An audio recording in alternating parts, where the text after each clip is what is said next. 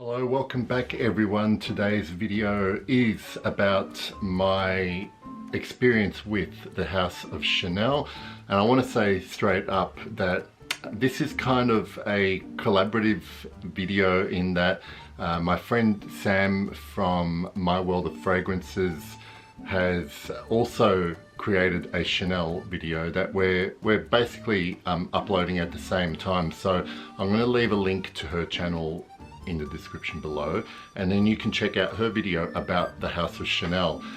I want to start off by saying I appreciate that there are many people who are passionate about perfumes. In that subset, there are many people who love the House of Chanel, and you know, it's not only Chanel. There are people who are fans of particular houses and who have a certain loyalty to houses because I guess they've come to love the style of the house. Maybe some houses have a particular DNA that people really enjoy, and they stay loyal and faithful to those houses. And I just want to say straight off, I'm not that type of perfume lover. I certainly like different things from a lot of different houses.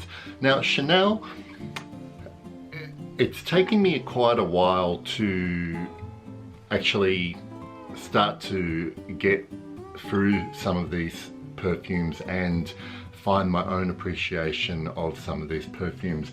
Very early on, when I was doing research and working out what to try, I discovered these two. Okay, so these are both Egoist and Antaeus.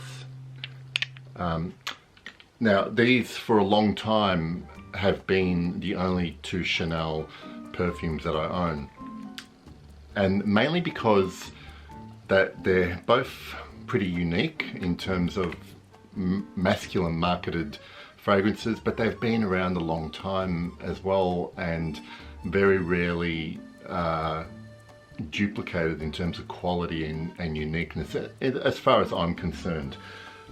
But when it comes to the rest of the house, I have taken a long time to come around to trying some. Now, main reason for that is because my next progression from this sense was the Allure Homme series of fragrances that Chanel have. I have never ever really warmed to any of them. I did once own Allure Homme Edition Blanc, and I enjoyed that, but for whatever reason, that particular one never really worked on my skin, and really literally it used to disappear in my skin. So I got rid of that bottle, and I've just never been enamored of any of the other flankers from that series. As far as Bleu de Chanel goes, I'll make a confession. It took me a long time to actually properly smell Bleu de Chanel, and by the time I had smelled Bleu de Chanel, I'd already been wearing things like Dior Sauvage, and I'd smelled quite a bit of masculine designer stuff. And when I did get around to finally trying Bleu de Chanel, I realized that really it was the forerunner to like 80% of what you smell in the masculine designer department store shelves. Bleu de Chanel was the original, and I will be happy to admit that it is probably still the best, the original and the best of that genre. It doesn't do much for me in that I'm not that interested in owning a bottle of Bleu de Chanel. I've still got some on my skin, and it is very pleasant, and I imagine that this is like the prototypical easy crowd-pleasing reach for most guys who own it, because it does have a really pleasant quality. It's what I've come to expect from Chanel, is that nothing really smells cheap. and I'm using cheap in a quality kind of, sort of sense. Not, they're certainly not cheap as far as designer goes in a monetary sense.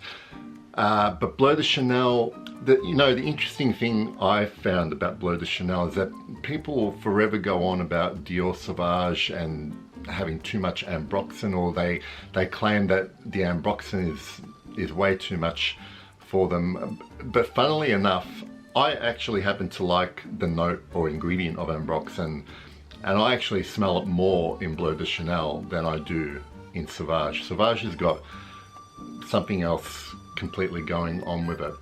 My point is, I find it very pleasant, but again, not something that I want to own.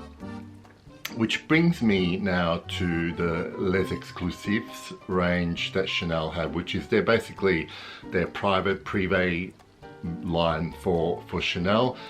For a long time, I was a big fan, well, I am still a big fan of particular Dior privé lines, and there's this kind of Dior versus Chanel thing that goes on sometimes in the fragrance community. And I did love, I still do love, two or three of the Dior Privé line, and I kind of ignored trying the Chanel exclusives, mainly because for a long time I had not found any real other loves in their main line. However, I'm prepared now to say that after trying several of the exclusives and wearing them at least a few times, I'm prepared to say that overall, I think personally the Chanel Les Exclusifs line is of a better and more consistent quality than the Dior Privé line. It's just my opinion. So much so that I have even purchased one of those Chanel exclusives, and yes, boy. It's really interesting. I set out with no intention of finding one of these to buy. I tested this one because I think initially I was going to do a review of Boy, so I got a sample and I sprayed it on, and I thought it was like a lot of Chanel's. I thought it was just pleasant, not anything that grabbed me immediately, but really this kind of was a slow burn for me, and I found myself finding a lot of things while it developed on my skin that I was really enjoying, and surprisingly it was quite a complex scent for something that on face value smells reasonably straightforward and simple. It's it's another iteration of I guess it's a fougere. You could loosely classify it as lavender dominant, on a sweet base, but it basically seduced me after wearing it a few times, and I found myself constantly thinking that because I had smelled Queue de Russie, Coromandel, Sycamore, 31 Rue Cambon, even things like 1957 and 1932. I enjoyed all of them. There was a couple that didn't click with me.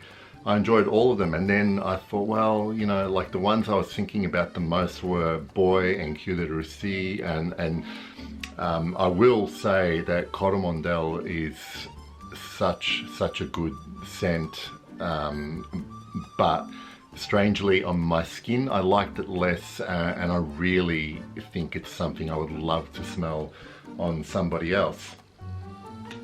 So I am, so the more I explore Chanel, the more I am enjoying. Now, I have also tested things that they market to women. Let's get number 5 out the way. This I associate with my mum.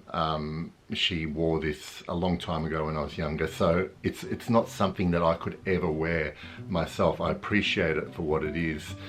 Cocoa EDT, EDP I've tried, and I actually quite liked Cocoa EDT. For me, I found it a little bit more masculine. The one I really like is Cocoa Noir as well, which I've tested and really enjoyed.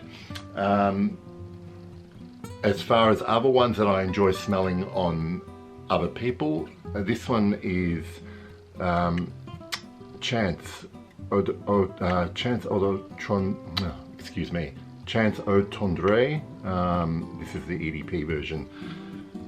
That's really lovely smell, but very feminine, and I do enjoy smelling that on other people. And finally, Chanel No. 5 Eau Premiere is a really lovely scent as well. So what I'm trying to say is that I have certainly a newfound appreciation of Chanel. They are not, they're not going to be for everybody. You have to, I think there's certainly a house that you need to spend a bit of time with and learn to appreciate, or just be patient with. But it does take a bit of a commitment to test a lot of stuff, and there's still a lot of stuff that I don't like or ever will like, but I can certainly understand why people are loyal to a house like this. I mean, if I still had to say what my favorite mainstream house is at the moment, it would certainly be Guerlain, and I'm certainly not someone who's tried vintages in any of the major houses. These are all current things that I'm smelling, and at the moment I'm loving a lot more of what Guerlain has to offer. But Chanel, I definitely have a few loves there now. So that's really all I wanted to talk about. I know that there's going to be a few people watching this who love Chanel, who are big fans, and some who probably were like I was 6 months ago, and kind of dismissed them and couldn't work out what all the fuss was about. Let me know what your thoughts are. If you're a big fan of Chanel, or if you're not, I'd love to hear from you. And finally, please, again, check out Sam's video on Chanel, her favorites, her views on the house itself. Again, leave the description leave her link in the description. And thank you for watching. Stay safe, everyone. Bye bye.